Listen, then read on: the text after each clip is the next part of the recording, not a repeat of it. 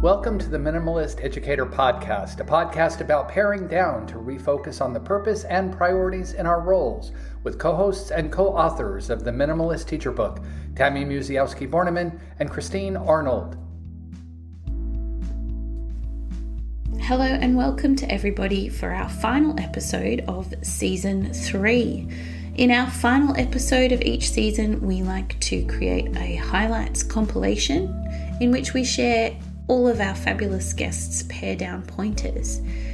It's a great episode with lots of quick strategies that will help you get organized and minimize and do strategically less. We hope you enjoy hearing all of these tips from our guests. Our first pare down pointer comes to us today from episode 45. We had a great chat with Jennifer Orr, all about classroom discussions. This is a thing I love about the work that the two of you are doing, because paring down is such a challenge for me, and I think for many of us. And so the guidance is super helpful. And I've been thinking about this, and I think the thing that I found myself doing in recent years that has been super helpful is that at the end of a school day, pausing for a few minutes before I leave. I tend to go pretty quickly after the kids go. I'm at a late school. And what I found over the years is that by the time I'm done with a 7.5-hour school day, my brain is not in a place to do anything super meaningful anyway. So there's no reason to stay at school. But I have a Post-it note that I leave on my desk, and I just make a list of the things that throughout the day I thought, oh, I need to, put these out for the kids, or I need to remember to hang this up, or to make this anchor chart, and I just jot them down real quick before I leave, because the days that I forget to do that, I come in the next morning and I spend 20 minutes kind of puttering around trying to remember what were those things that felt so important the day before. And if that Post-it note is on my desk, the minute I walk in, I hit the ground running and I'm better prepared for the day. Up next, we bring you a highlight from episode 56, where we had an amazing chat with Naomi Church and Sarah Decotis. We talked about striving for simplicity when using online programs.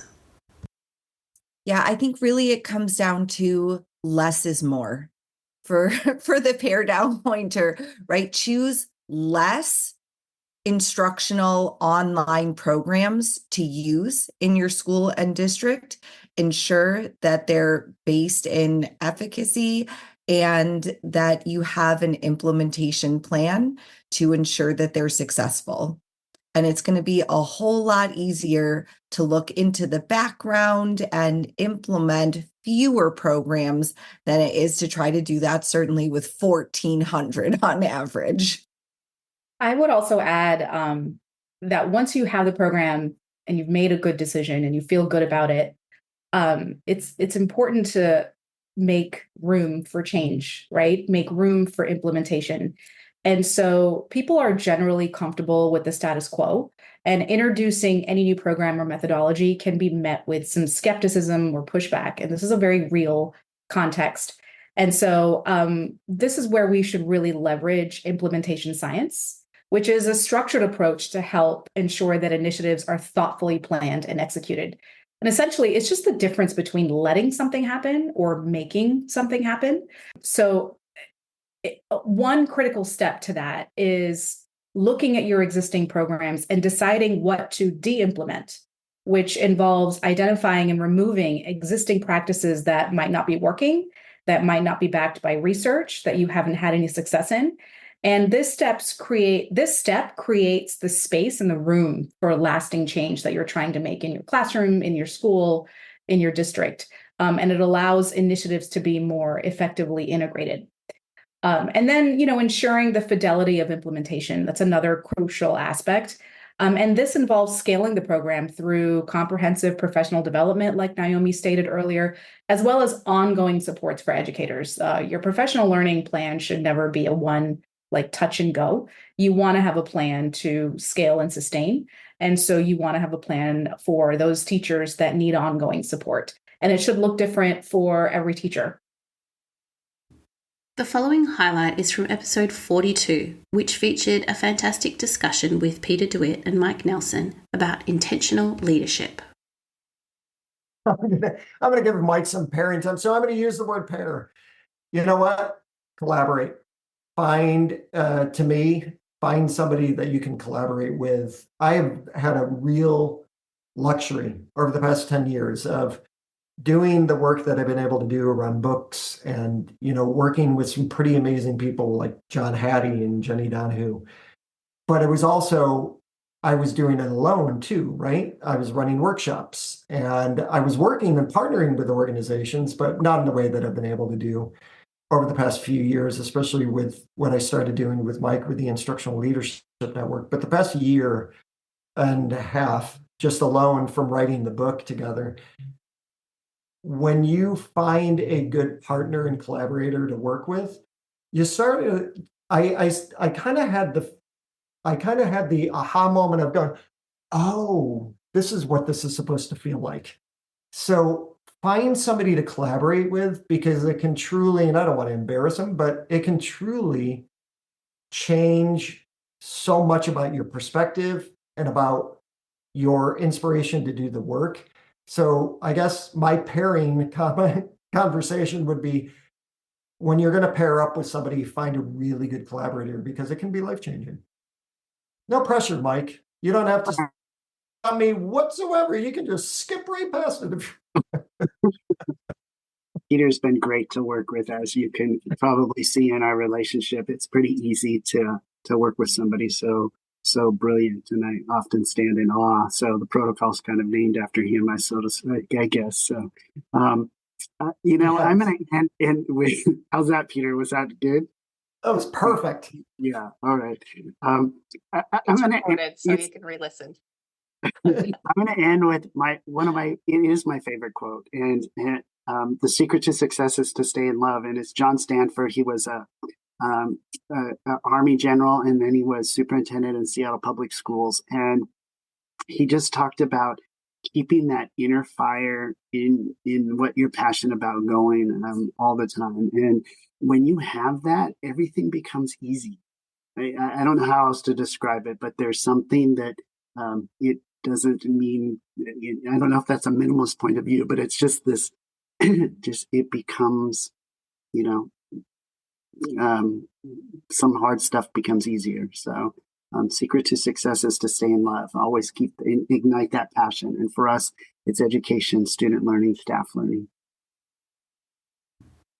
Our next highlight comes from episode 49, in which we had a captivating conversation with Sybil Hall about her book, Burn Bright, Not Out. My pare down pointer is, don't forget about your digital life. We need to declutter our digital lives too, because they are where we spend a lot of time, and they can give us a lot of stress and take a lot of our cognitive load if it feels messy, if your desktop's messy, if your inbox is messy, whatever it is. So what I like to do is once a month, I schedule into my Google Calendar. I just put it on the last Friday of the month, whatever you want to do. And that's digital declutter time. And then when I get to that date, I decide, it's email cleanup. It's downloads folder cleanup. It doesn't really matter, but at least once a month, I'm cleaning up my digital life a little bit too. And that relieves cognitive load. And it brings down that calm also when you get to your screen and needing to do something. Let's turn our attention to episode 54 for a highlight that includes an engaging talk with Lisa Fort about science and education.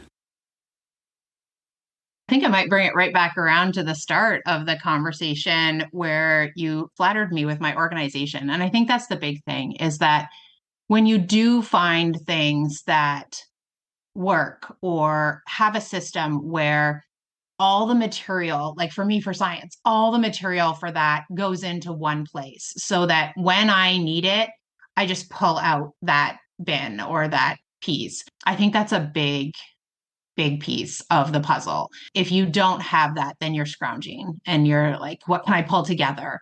And then I think from that organization piece goes as well, just with how do you organize your classroom? I have my stations up from day one. My agree, disagree posters up on day one. And usually students are like, what are all those for? And I'm like, you'll see, it's all, we're going to be doing lab activities, and you're going to move between those lab activities because we can't all do the exact same thing at the same time because I don't have enough material. But it's knowing that all that material is in one bin, all 8 stations come out at the same time. And I think that's the big thing that really helps me in terms of just looking at content and prioritizing, is just staying organized with stuff and knowing exactly where it is. Exactly. Yes. Yeah. Just save your time and sanity. Just keep it in a bin. Yeah. Bins are wonderful. Yes. Yeah, absolutely. You don't have to go out and buy a label maker. Those little white sticky notes or masking tape with a Sharpie work just great. Exactly. Now let's dive into episode 43, where we had a remarkable discussion with Mihoko Chida about tackling burnout in our roles as leaders in education. So I know so many people who have to-do lists, right? We all have to-do lists. I'm a big planner person. But my tip would be for the to-do list. So I would sit down every Sunday, write down all the things that, I think that needed to be done that week, knowing that it would double by the time I got to work on Monday. But it was one of the things, my trick is to sort of have filter questions around your to-do list. So once you've created your to-do list, look at it and say, okay, what are things I can outsource to other people? There's a reason why I have someone do my taxes and give me financial advice, because I've outsourced that task to a professional. And so there's lots of ways to do that, and then the second question I'd always ask, and this is better for your teams, is, do I have to be the person? Do I grow? Is it best if I grow, if I do the task? So, we talk about in our classrooms, like whoever's doing it is learning it. And, if a teacher comes to me and says, oh, I'm looking to find some more articles about, reading fluency in early years. And I'll say, oh, I have a few articles. I'll definitely look, I'll send them to you later.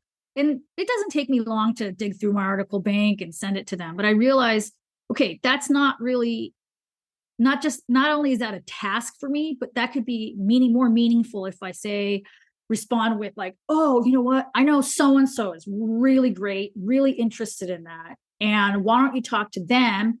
I'm happy to cover your next, duty. And maybe you guys can chat, because I know you guys don't get a chance to chat very often because you've got different schedules. And then they can start a conversation, and then they can start to research and learn more. So it's like 2 birds with 1 stone. Not only is it's not a task that I have to do, but it's an opportunity for something better to happen, where it's not just a task that I just check off my list, but it's got more meaningful purpose behind it. And it does add to my list too, because then I follow up and I have to, I go, oh, how was that conversation? Was that enough information? Is there something you want to do with this information? So it doesn't completely eliminate things off of my to-do list, but I would encourage everybody to look at their to-do lists with a few filter questions. Another one of my filter questions I always do is, what impacts learning the most? What impacts kids? Those are usually the things that get done first. So I think if you have a list of questions and you filter your to-do list, it does help you plan better and be more meaningful with your work. Our upcoming highlight is from episode 51, showcasing a wonderful conversation with Amanda Kunalaba about arts in education. So I want to bring it back to that vocabulary. Arts integration and the arts in schools can be a really massive, big thing, but the basic starting point, get your foot in the door, the most important foundational fundamental thing about it is vocabulary, and finding vocabulary that overlaps with whatever else it is you're teaching, and then teaching the art vocabulary words. And you can do so much with just that. The next segment we have is from episode 48, featuring a great discussion with David Hayerly, all about the use of thinking maps in education. If I were to say there was one representation that was key in the work that I've done, and I think we've seen it in classrooms in the US and around the world, is that what I mentioned earlier, the frame, which it's so simple. You draw a frame around any map, or it could be around anything that you've created, a drawing or an idea or some pre-writing. And that frame, that simple rectangle, is like the picture we look through, the picture frame. And our own peripheral vision and our own perception. And the question basically is, what's influencing how you're thinking about this? What's your frame of reference? Where'd you get these ideas? And I think in these sort of politically charged times, even that simple frame can be a metacognitive frame, that sort of rethink, just a minute, where did this come from? Are these really my ideas? What are the values that are influencing how I'm perceiving? So a simple rectangle, and just think of the rectangle, which is our computer screen or our handheld screen. That is a frame. That is framing our perception. So I would just go with that. That's about as pared down as you can get a rectangle, right? Next up, let's revisit episode 52 for a memorable highlight, including a great conversation with Dr. Sheldon Eakins about getting started and taking action with equity. Yeah, I always say start with yourself. In order to recognize that there needs to be changes made, you need to recognize that there needs to be changes made. Start with your inner work. I anytime I do a series of workshops and trainings, I typically try to start with implicit bias work. I do not believe that you can end bias. I'm a full-time consultant. I do this work all the time. Guess what? I have bias, right? So it doesn't make us bad people. It's part of human nature, just who we are. But we need to at least try to recognize those things. And that's the first place to start, is recognizing what bias do I hold? And so what are some areas for growth?